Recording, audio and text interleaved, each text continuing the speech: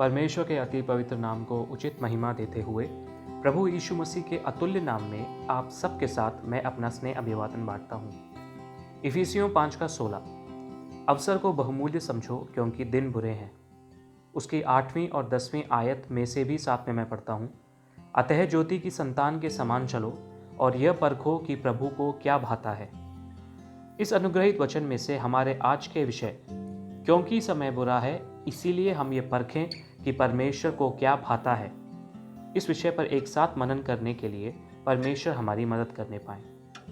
परमेश्वर ने हमें पाप के अंधकार में से इसीलिए छुड़ाकर बचाया है ताकि हम यह जान सकें कि परमेश्वर की इच्छा क्या है और उसे अपने जीवन में पूरा कर सकें। जब हम परमेश्वर की इच्छा को जानकर उसे अपने जीवन से पूरा करते हैं तब हम परमेश्वर को खुश करते हैं।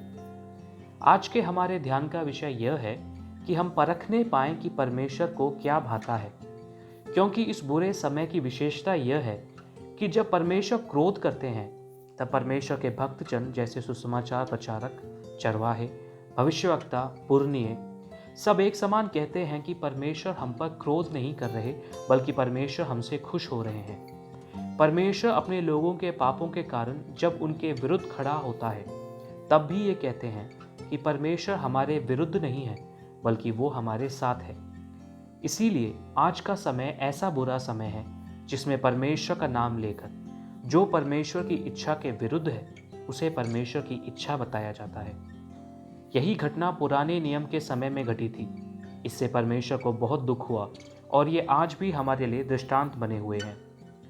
एक देश के नागरिकों को मिलने वाले कई अधिकारों के समान इस बुरे समय में परमेश्वर के राज्य में परमेश्वर के संतान यानी हम लोगों में से हर एक को जो अधिकार परमेश्वर देते हैं वो यह है कि हम यह परख कर जानने पाएं कि परमेश्वर की इच्छा क्या है।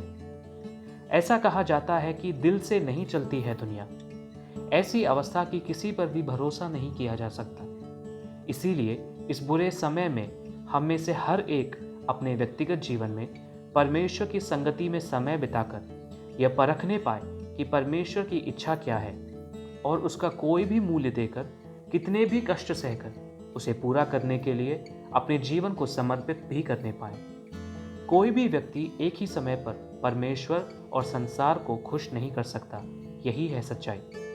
सत्य को जानकर उसके अनुसार चलकर परमेश्वर को खुश करके संसार का क्रोध और बैर भी हमारे जीवन का हिस्सा बन जाती है।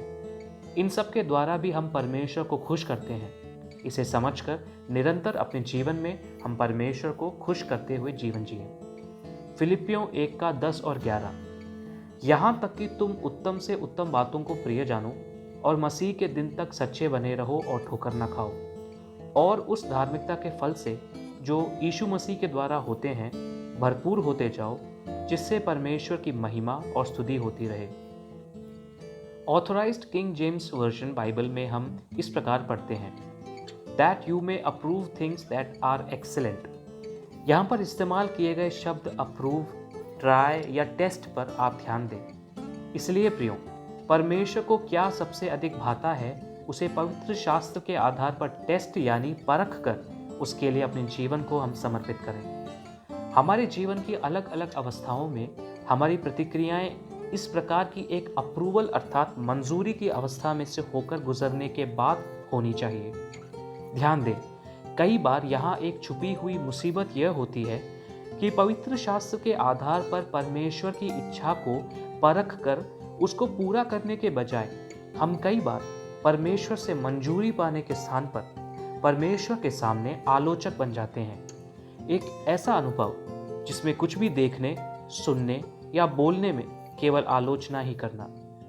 हम पवित्र शास्त्र, परमेश्वर और परमेश्वर के जनों की आलोचना करने वाले ना हो, बल्कि परमेश्वर हमसे इन समयों में ये चाहते हैं कि हम बातों को परखने का वरदान पाए हुए इन्हें परखने वाले होने पाए। यही वचन हमें सिखाता है कि क्यों हमें बातों को परख कर जानना चाहिए।